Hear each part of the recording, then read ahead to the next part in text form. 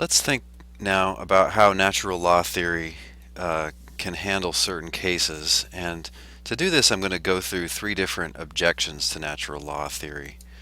And the first objection that I want us to consider is just that it's unclear, that it's hard to tell what is, in the relevant sense, unnatural. Now, in some cases, maybe it isn't hard to tell. Now, mind you, I take no pleasure in bringing up this sort of example. I just do it because it makes a useful point. And I hate to tell you, this is something that's in the world. It's even discussed and forbidden in the Bible. It's called bestiality. People having sex with animals, non-human animals. Suppose you found out that one of your, let's say, cousins engaged in practices of bestiality. Now, never mind that's disgusting. Maybe there are lots of disgusting things that you don't think are wrong. Like maybe it's disgusting to eat a bag of Cheetos that's 2 years past the expiration date.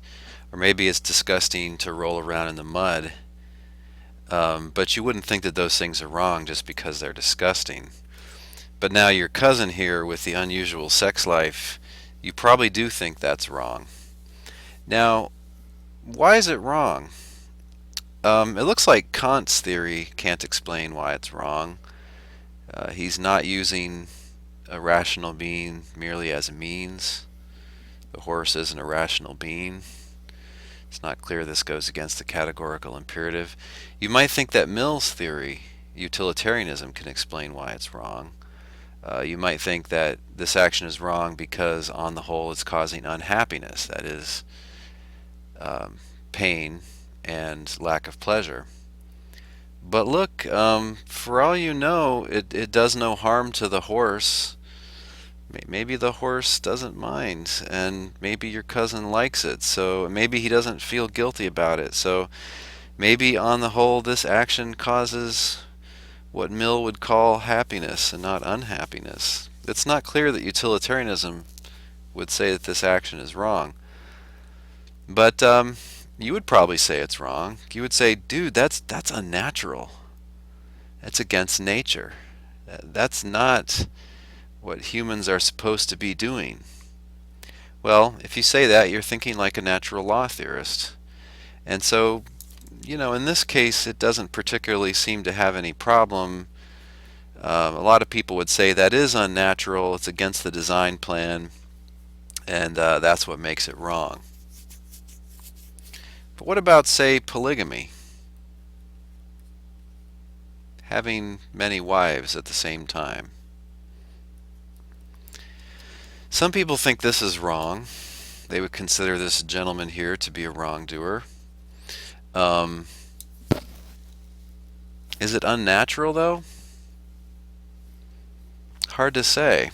You might think it's unnatural. It's against the design plan. Other people seem to think that it is natural, that men have more sexual desire than women, and men have an urge to sow their seed in as many fields as they can, so to speak. If you say that polygamy is against nature, unnatural, still it is true that there have been a lot of societies where polygamy was the norm. So anyway, that case is not as clear-cut as bestiality. It's not as plausible to a lot of people. Here are some more cases. Homosexual sexual activity.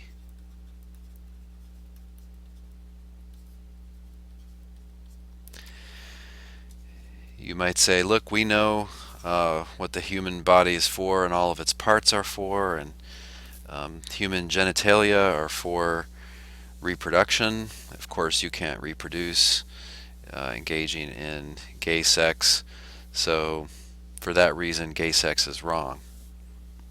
As a matter of fact, this is why homosexual sex has been considered wrong by a lot of Christian and Jewish and Muslim thinkers, not just because God has forbidden it in the Bible or some other book, but also because it's just against nature. It seems to be against the design plan. A lot of people, though, would say, look, it's not gay sex in most cases, it's not harming anybody, and um, isn't it between consenting adults and so on. I mean, one objection is, who cares if it's unnatural? Why would that make it wrong? But another uh, objection is it really unnatural? I mean, maybe it is natural for some people, but not for others. And if it's natural for some people, isn't it right and not wrong for those people to engage in gay sex? This case just isn't as clear. It's not like the bestiality case. Or suppose that somebody has a shoe fetish. They're really sexually turned on by shoes. Fancy, really ugly shoes like these. This is one of those things I just will never understand, but there are people like this in the world, I guess. Is that unnatural? Yeah, that's probably unnatural. I mean, it's hard to say where that comes from, but it's not something that occurs in most of the species, and it wouldn't develop independently of outside influences. But is it so unnatural that it's wrong? Or maybe you would think it's natural just to form sexual associations to random things, and then maybe this wouldn't be unnatural. So this too is not a really clear-cut example of something which is unnatural and where it's plausible to think that it's wrong because it's unnatural. Here's a second objection to natural law theory. It's this, that natural law theory implies that if there were no God, then no action would be either right or wrong. You might think that if there's no designer, then there's no design plan. And if there's no design plan, according to natural law theory, then no action will be right or wrong, because there won't be actions that are in accordance with that design plan or actions which go against that design plan.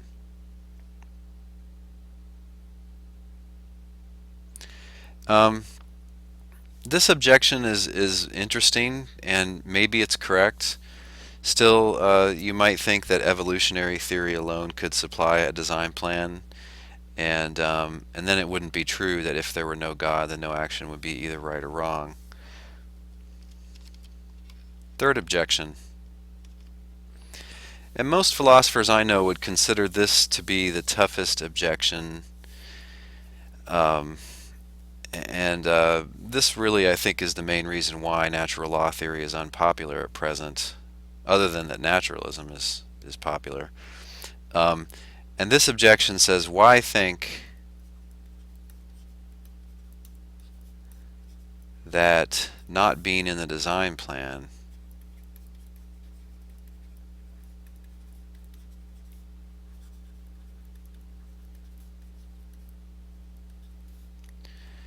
makes an action wrong?